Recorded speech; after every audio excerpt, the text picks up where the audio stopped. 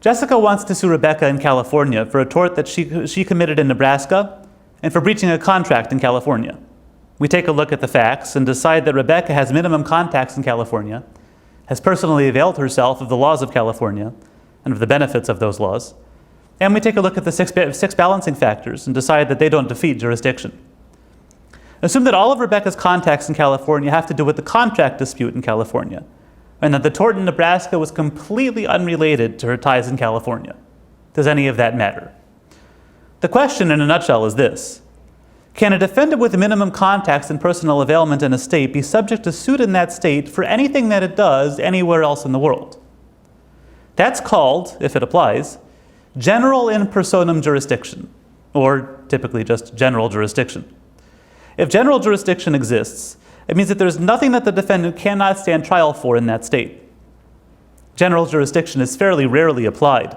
It depends on the nature of the defendant's contacts with that state.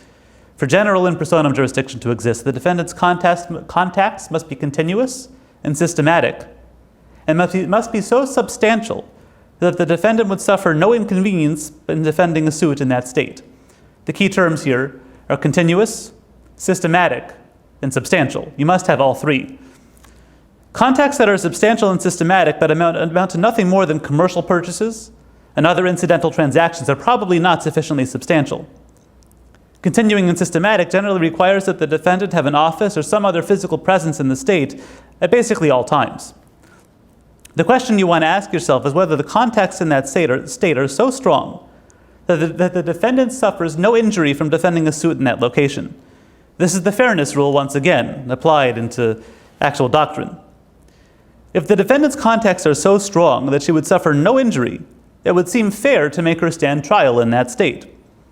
Think Microsoft in Seattle as your paradigm example of general jurisdiction. If my computer explodes after installing a Microsoft product, and I believe that the product caused the explosion in violation of some implied contract warranty, I can probably sue Microsoft in Washington, even if the particular piece of software was engineered in China, packaged in Canada, distributed through a distribution company in Minnesota, sold to me in Delaware, and installed on my computer in Pennsylvania. The bottom line is Microsoft is going to be subject to suit in Washington state. So let's return to our hypo. Can Jessica sue Rebecca in California for her tort in Nebraska? Does she live in California and have permanent ties there? Does Rebecca?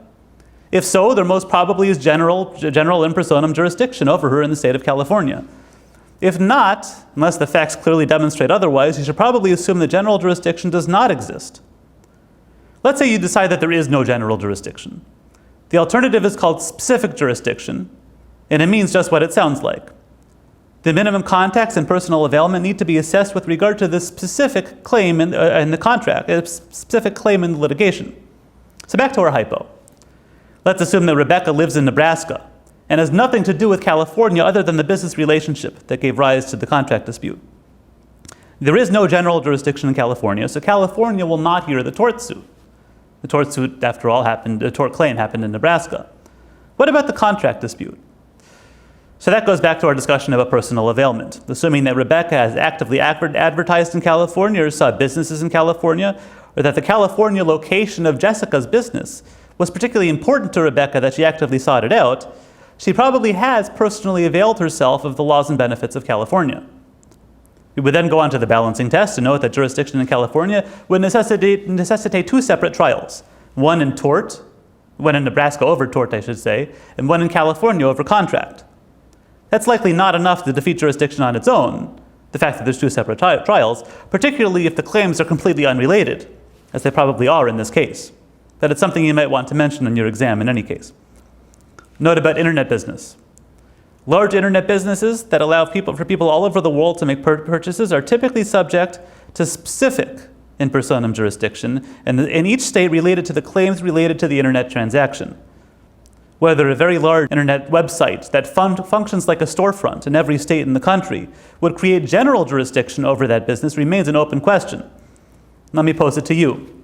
Does it seem reasonable to conclude that the defendant in those cases has personally availed itself of each state in such a significant, substantial, continuous, systematic manner so as to create general jurisdiction so that organization can be sued in every state in the Union over everything that it does anywhere in the world. I think reasonable arguments can be made on both sides of that question. And you will if you get the question on your exam.